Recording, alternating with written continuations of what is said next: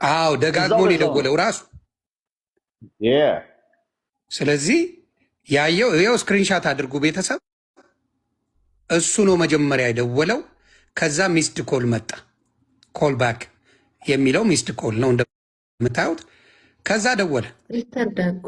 እሱ ብቻ አይደለም ደወለ። ቪዲዮ አውዲዮ ኮል ላይ ቪዲዮ ተርን ኦን ማድረግ አትችልም ግዴታ መሆኑ። ይኸው አውዲዮ ኮል ነው ይሄ። ምንም ቪዲዮ ኮል የለው፣ አውዲዮ ኮል ነው የሚለው። ተግባባን?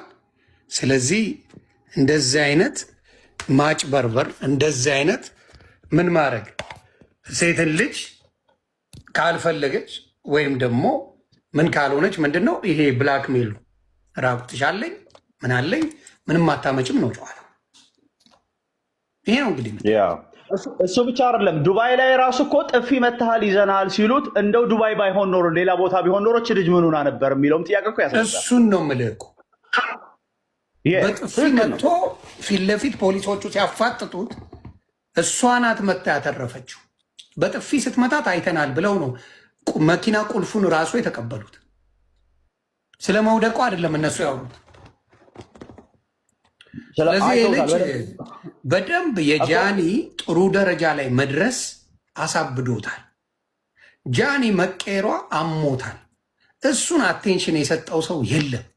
አንዴ ተጨበጨበለት ተባለ። ከዛ በኋላ አጀንዳ ሊሆን አልቻለም። በቃ ዜሮ ገባ።